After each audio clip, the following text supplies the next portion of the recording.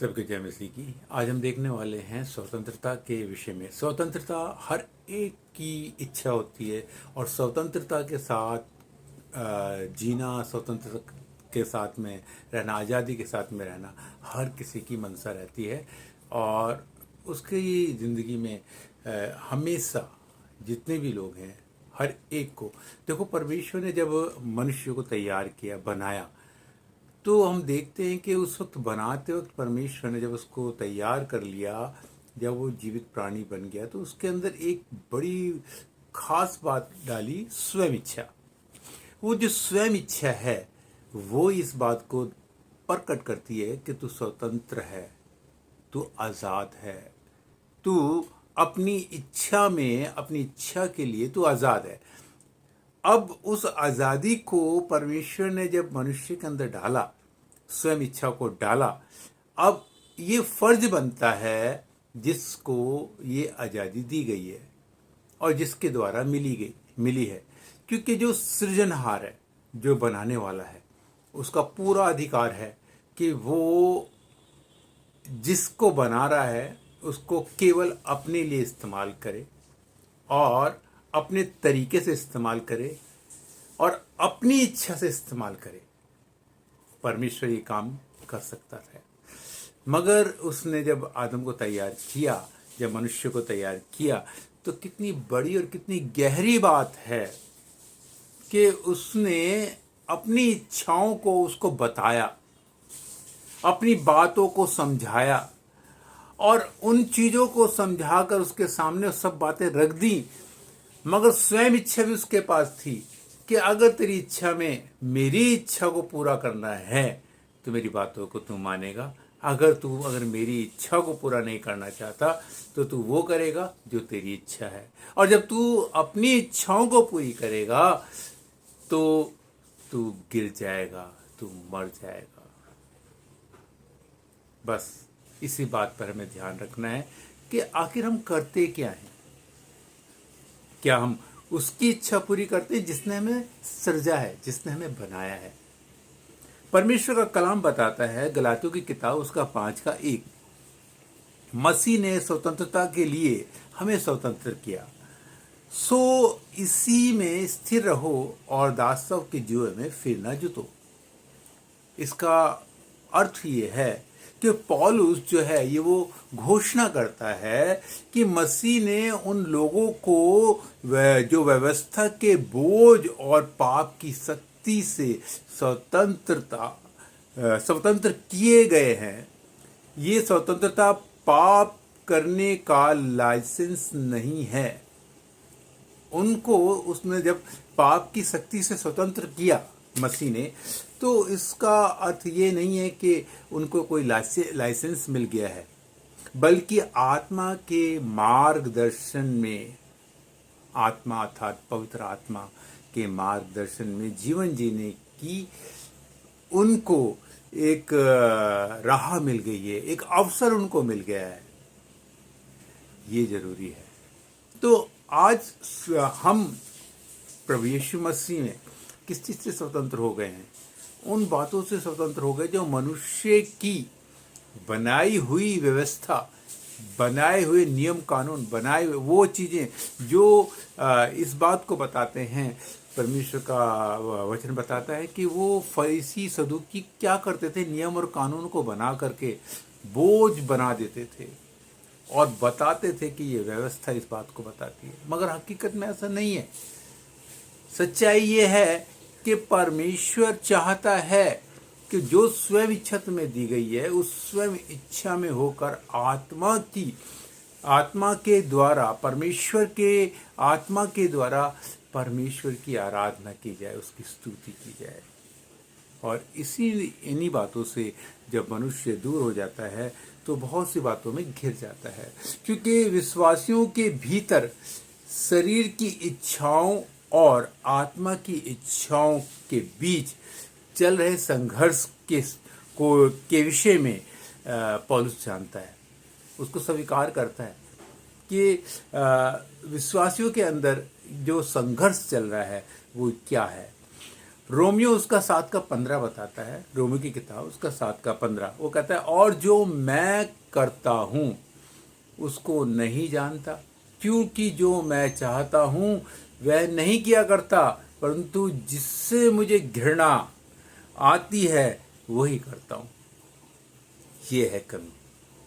तो यहाँ पर ये बात पौलुस एक अनुभव के साथ अपने जीवन से कुछ तथ्यों को, कुछ चीज़ों को निकाल कर परमेश्वर के कलाम में, परमेश्वर के आत्मा में होकर इस बात को बोल रहा है कि और जो मैं करता हूँ उसको नहीं जानता, क्योंकि जो मैं चाहता हूँ वह नहीं किया करता, परंतु जिससे मुझे घृणा आती है वही किया करता हूँ।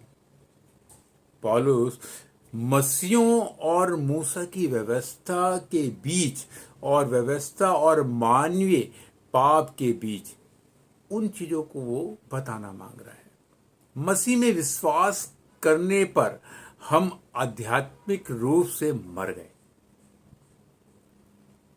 मतलब मसीह में विश्वास करने पर हम आध्यात्मिक रूप से हम मर गए। मतलब संसार के लिए, संसार की बातों के लिए हम मर गए। मसीह व्यवस्था का पालन करने के अपने दायित्व से मुक्त हो गए।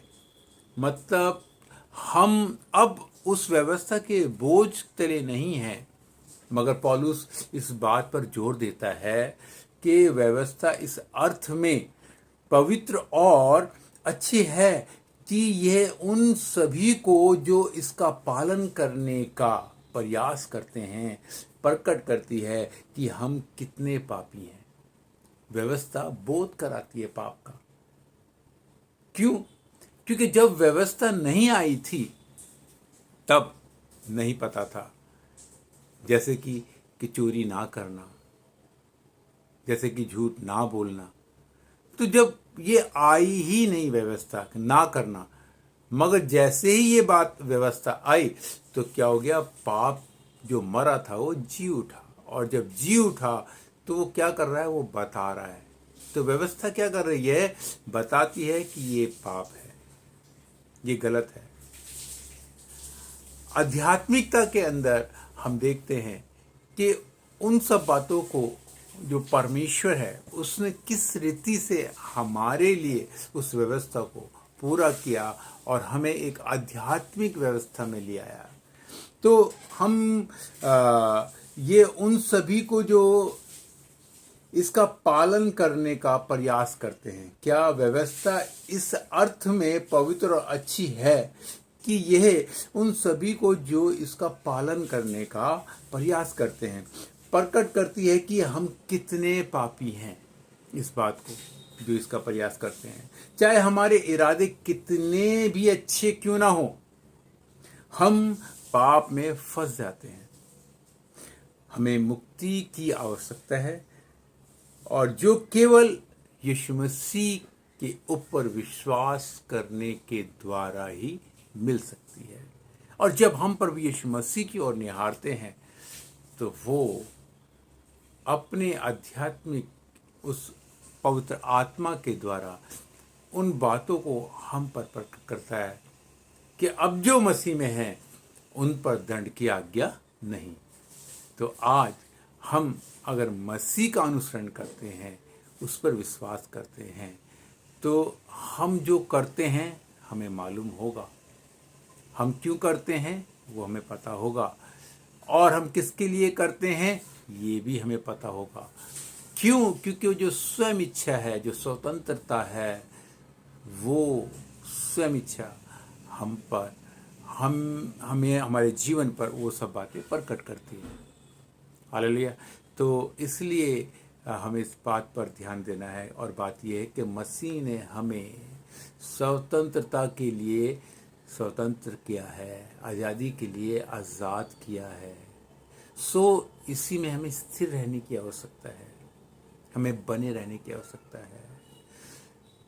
हमें फिर से वापस उस दास्तव के जुए के अंदर नहीं जाना है जिसमें से मसीह ने हमें निकाला है।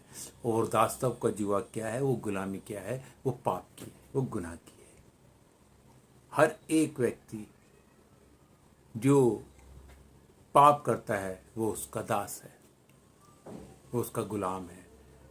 मगर मसीह ने गुलामी से बाहर निकाला है, हमें तब भी अपनी स्वयं इच्छा में रखा है उसने। आज हमारे लिए जरूरी है। आइए हम प्रार्थना करते हैं इस बात के लिए।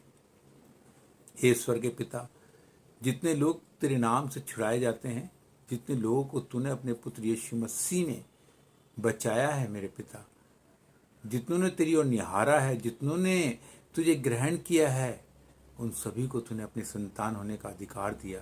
हे मेरे प्रभु, वो पुराना मनुष्य तब जो उनसे दूर होता है, वो बार बार उन पर अपने प्रभाव को डालता है, जिसके कारण वो बार बार उस पाप में फंस जाते हैं। मगर पिता, हम तुझसे विनती करते हैं कि तेरे पुत्र यीशु के द्वारा वो पूर्ण रूप से छुड़ाए जाएं और तेरा पवित्र आत्मा उनकी रहनुमाई करे, अगुवाई करे कि वो फिर से वो पाप में ना जाने पाए।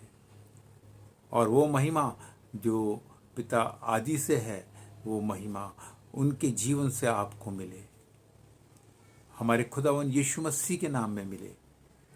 तेरा पवित्र आत्मा उनके साथ हो, यीशु प्रभु के नाम में, आमीन।